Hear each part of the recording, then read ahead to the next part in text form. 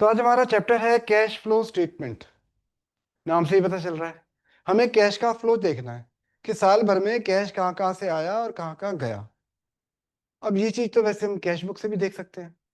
भाई 11th में हमने क्लास 11 में कैश बुक बनानी सीखी थी, तो उसमें क्या होते थे? Receipts and payment. पैसा कहाँ से आया कहाँ गया। तो फिर एक कैश फ्लो स्टेटमेंट बनाने की क्या जरूरत है?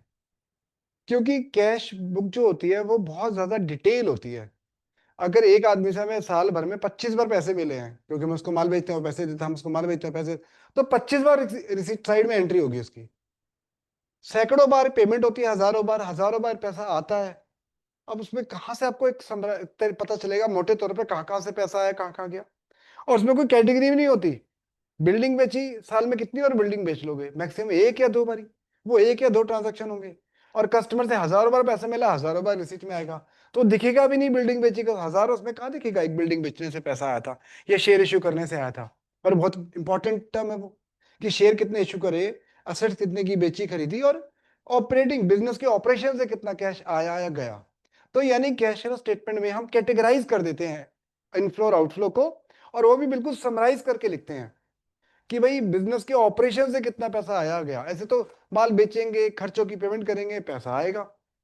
भाई माल बेचा, पैसा आया, खर्चों की पेमेंट करी, पैसा गया, फाइनली इतने रुपए आए, तो वही है रिसीट हमारी, देखा जाता है ऑपरेटिंग एक्टिविटी से।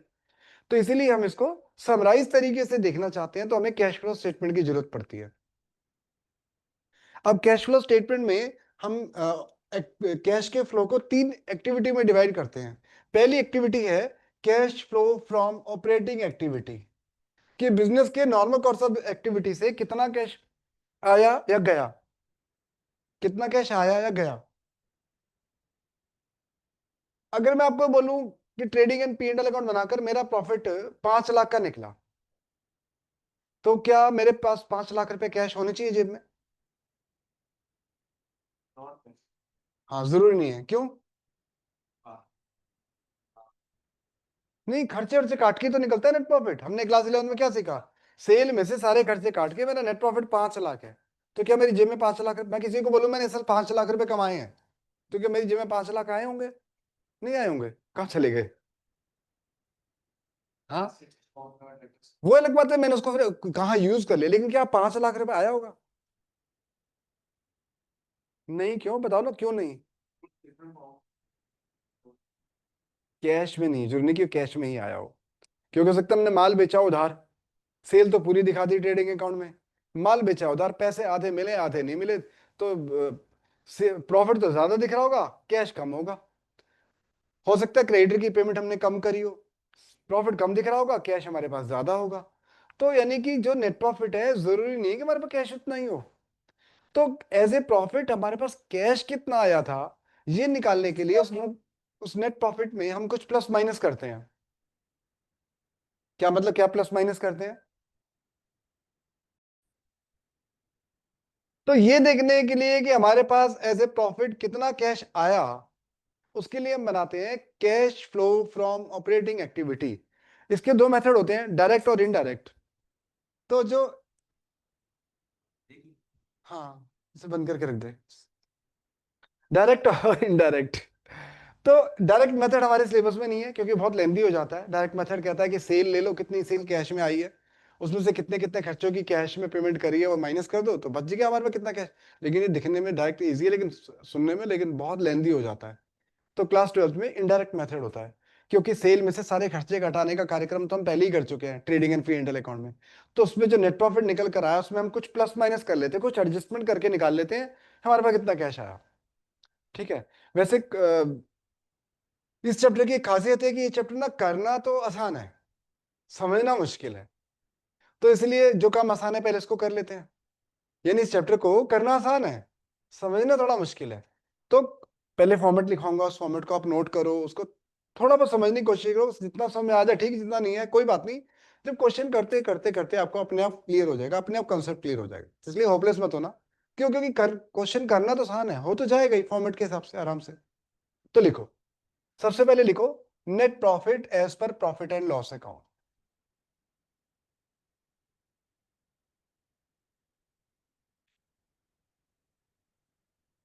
Net profit as per profit and loss account.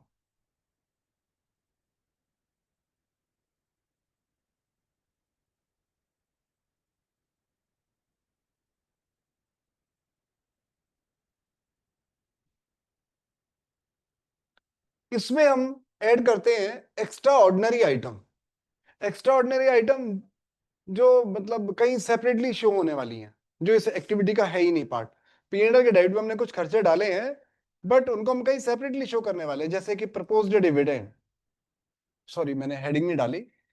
Heading add extra ordinary item.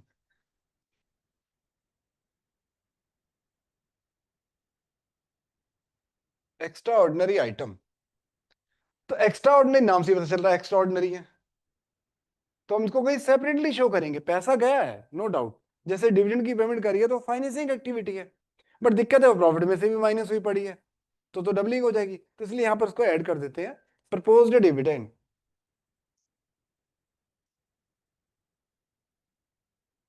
Proposed dividend.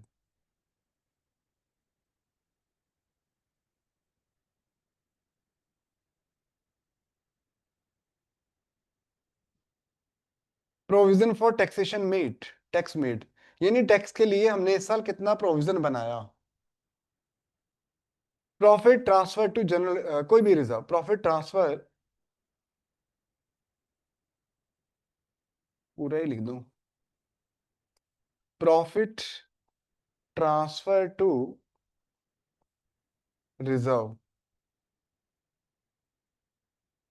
Mainly बस ये तीन आइटम है, उसके अलावा भी बहुत सारी होती है, पर मेनली ये तीन ही आती है आपके एग्जाम में, टैक्स, डिविडेंड एंड रिजर्व। ये तीनों एक्स्ट्रा ऑर्डिनरी आइटम है। इन तीनों को पहले ऐड करके यहां लिख दो, और फिर जो ऐड करके आएगा वो आ जाएगा हमारा profit before tax and extraordinary item. Profit before, एक minute, profit before tax and extraordinary item.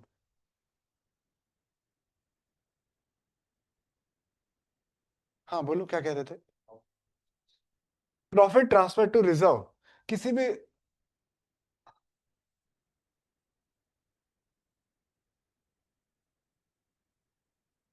Provision for taxation, tax के लिए हमने कितना प्रोविजन बनाया। वैसे एक्चुअल जो फॉर्मेट है इसका, जब हम कंप्लीट क्वेश्चन करते हैं तो ये वर्किंग नोट में दिखाना होता है। डीके गोल की बुक में हमेशा ही आपको वर्किंग नोट में नजर आएगा कि वर्किंग नोट में लिखेंगे calculation of profit before tax and extraordinary item, उसमें नेट प्रॉफिट में सब ऐड करके निकाल के फिर हम उसको कैश फ्लो स्टेटमेंट के फुल फॉर्मेट में फिट करते हैं। पर टीएस गेवाल में कहीं भी क्या हुआ, कभी वर्किंग नोट में कभी क्वेश्चन के अंदर, हाँ पर सही देखा है कि वो वर्किंग नोट में आता है ये वाला। फिर इसके बाद हम ऐड कर, वैसे तो लेस भी होते हैं एक्स्ट्रा ऑर्डिनरी आइटम, पर वो एक आधी है, जैसे इंश्योरेंस क्लेम अगर मिला है, बाकी ऐसा कुछ एग्जाम में कभी आया नहीं है। लेस, सॉरी, फिर दूसरा ऐड हम कर रहे हैं non cash and non operating expenses.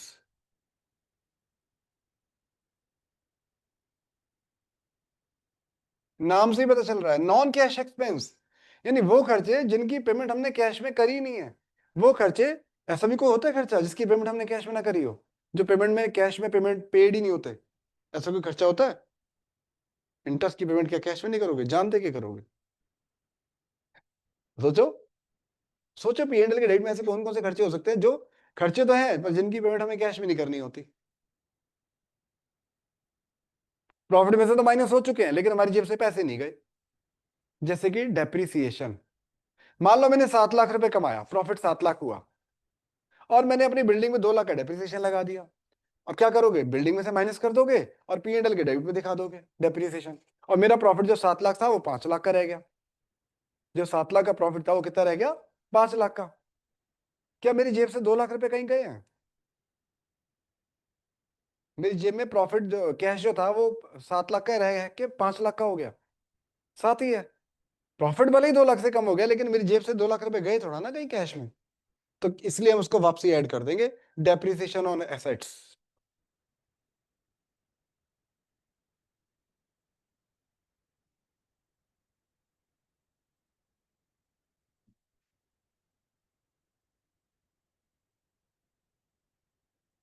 Depreciation on assets,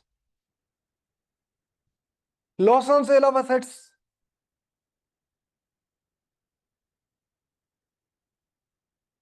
loss on sale of assets, कोई एसेट्स बेचने से लॉस हो गया, जैसे हमने 10 लाख की बिल्डिंग 9 लाख की बेच दी। हम्म 10 लाख की बिल्डिंग 9 लाख की बेच दी, हमारे पास से 1 लाख रुपए कैश गया है क्या कहीं?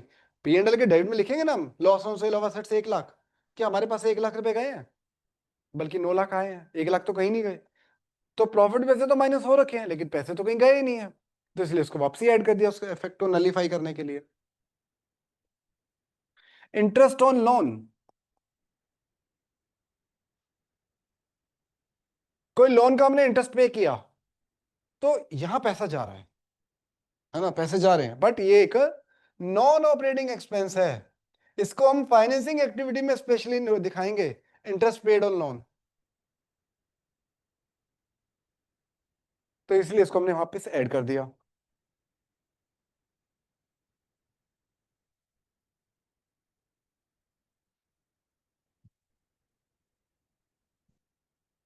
गुडविल, पेटेंट एंड जो भी एसेट्स, इंटेंजिबल एसेट्स होती हैं, goodwill,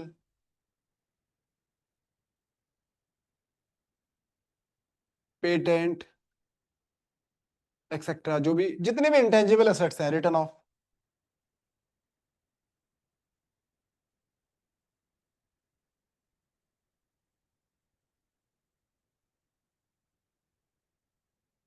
fictitious assets return of,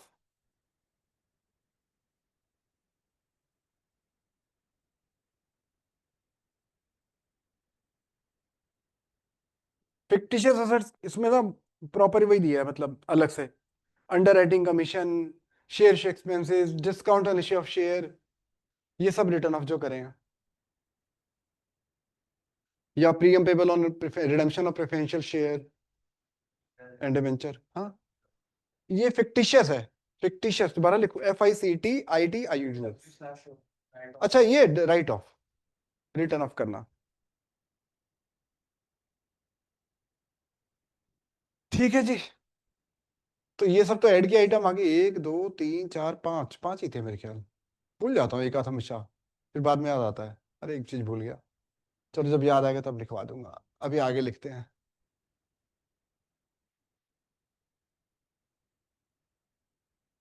आगे है लेस, लेस में है non operating income, non operating income यानी इनकम है, पैसे आए हैं, बट के बिजनेस के ऑपरेशन से उसका रिलेशन नहीं है, यानी P&L के क्रेडिट में ऐसी कई इनकम होती है जिसमें पैसा तो आया है, बट उनको हम सेपरेटली शो करने वाले हैं, तो ये तो डबल इफेक्ट हो जाएगा, सेपरेटली भी दिखा रहे हैं पैसा आया, प्रॉफिट में भी ऑलरेडी ऐड हुआ पड़ा है, इसलिए हम से माइनस कर देंगे। मैं फिर बोल रहा हूँ कि समझने में थोड़ा टाइम लगेगा, समझ में आ जाए ठीक है, नहीं है तो ज्यादा दिमाग पे बहुत ज्यादा जोर मत डालना, अभी नोट करते रहो, लिखते देखते रहो क्या ऐड होना है क्या लेस होना है। तो नॉन ऑपरेटिंग इनकम में जैसे rent received, interest received, dividend received,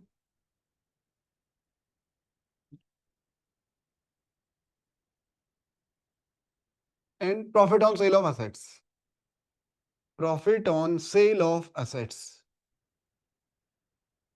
ये सब हमको लेस करना है, इसको ऐड कर देंगे, इन सबको लेस कर देंगे, आगे। तो इन सबको एडलेस करके जो आया उसको बोलते हैं operating profit before working capital changes, operating profit,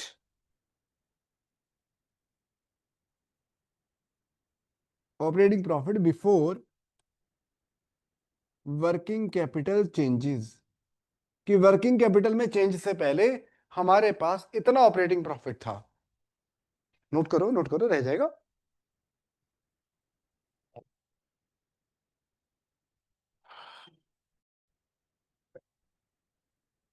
चलो जगह कम है तो मैं ऐसे करता हूँ, राइट हैंड साइड पे लिख लेता हूँ, इसी के कंटिन्यूशन में दोबारा इसी को लिख देता हूँ, operating profit before working capital changes. अब इसमें वर्किंग कैपिटल का इफेक्ट डालेंगे, जैसे थोड़ी देर पहले मैंने बताया था कि हो सकता है माल बेच दिया हो ज्यादा, पैसे मिले हो कम, पैसा डेटर में ब्लॉक हो गया, या उल्टा माल बेचा जितना उससे ज्यादा कलेक्शन हो गई, पिछले साल के भी डेटर के पैसे मिल गए, इनफ्लो तो हुआ ही है।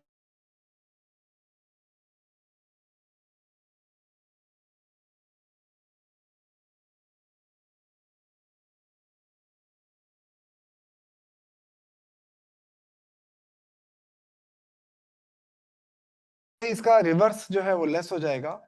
Increase in current assets and decrease in current liability, इन दोनों से पैसा जाता है, नोट कर लो।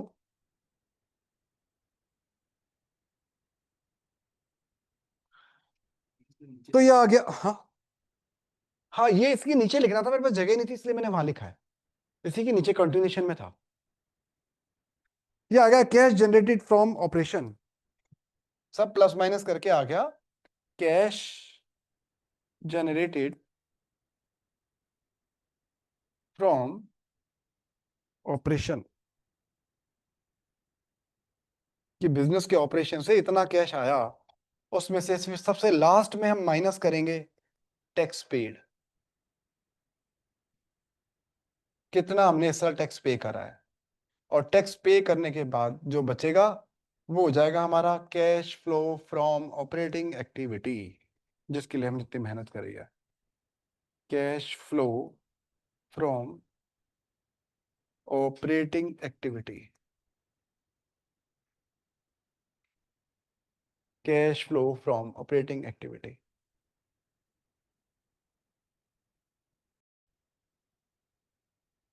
अब जो हमने फॉर्मेट सीखा है, इसके ऊपर बेस्ड एक इलस्ट्रेशन करते हैं। Illustration number 26, TS Grewal. Illustration number 26 TS Grewal से। पेज नंबर देखने जरा क्या है युवराज, पेज नंबर बताएगा।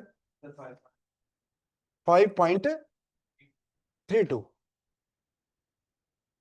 हेडिंग डालो, cash flow from operating activity, calculation of cash flow from operating activity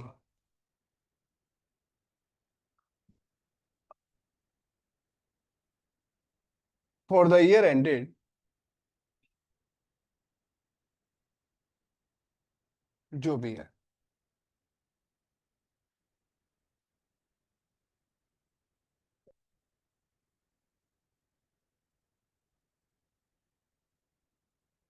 तो एक बार पढ़ना, दिव्या, दिव्या शुरू से क्वेश्चन पढ़ो।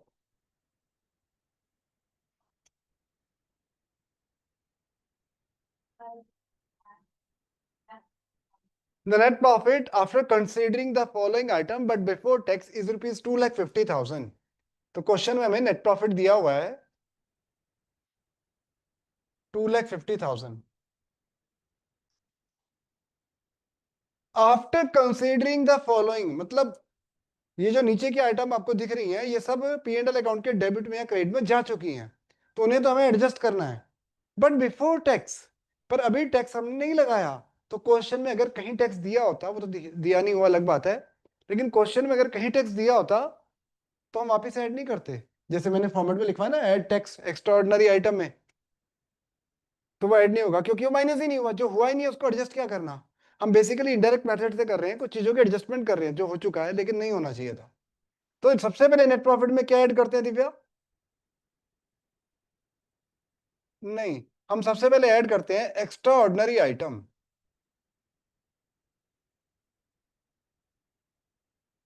एक्स्ट्रा ऑर्डिनरी आइटम, नीचे देखो, नीचे 4 आइटम दिए हैं। अब देखो एक्स्ट्रा ऑर्डिनरी आइटम में मैंने आपको 3 लिखवाया, टैक्स, डिविडेंड एंड रिजर्व। ध्यान से देख के बताओ इनमें से कुछ है क्या? क्या? Profit transfer to general reserve, तो वो ऐड कर दो। Profit transfer to, profit transfer to general reserve, कितने पैसे? बस इसको ऐड करने के बाद ये हमारा आ गया 3,20,000। वैसे आप चाहो तो इसको वर्किंग नोट में दिखा सकते हो, दिखाना चाहिए एक्चुअल में, बट मैंने भी यहाँ दिखा दिया, बुक में भी ऐसे किया हुआ है। तो ये आ गया profit before tax and extraordinary item. Complete format follow करना है, ऐसा नहीं किसी भी चीज को कहीं भी ऐड कर दिया कहीं भी लेस कर दिया ऊपर नीचे, ऐसा नहीं चलेगा। हर जगह उसका एक फिक्स फॉर्मेट है, तो उसको फॉलो करना है आपको। Profit before tax and extraordinary item, पहले यहां तक कर लो।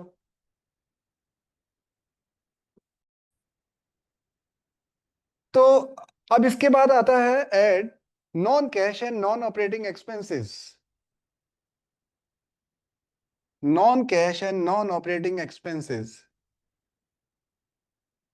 इसमें क्या क्या आता है? जैसे अब लाइन से देखो, सबसे पहले क्या है? डेप्रिसिएशन ऑन असेट्स, कितना है? 1 लाख। और गुडविल रिटर्न ऑफ,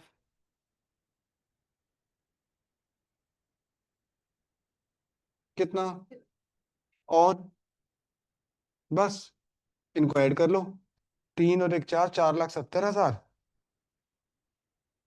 अब इसमें से माइनस कर दो profit on sale of assets, है ना, profit on sale of asset दिया हुआ है ना, gain on sale of land, कितना है? 30,000।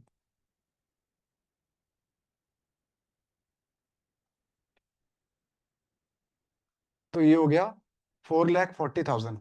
ये आ गया हमारा profit before changes in profit, operating profit before changes in working capital, operating profit before working capital changes. ओहो, नीचे लिख दिया मैंने, ये इसके लिए था, ठीक है। कर लो, पहले इतना कर लो।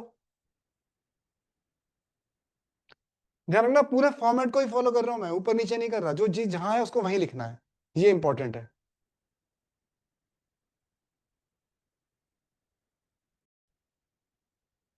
अब हमें देखना है करंट असेट्स और करंट लायबिलिटी। अरे यार, जरा बताना। हाँ, क्या क्या है जरा बताओ।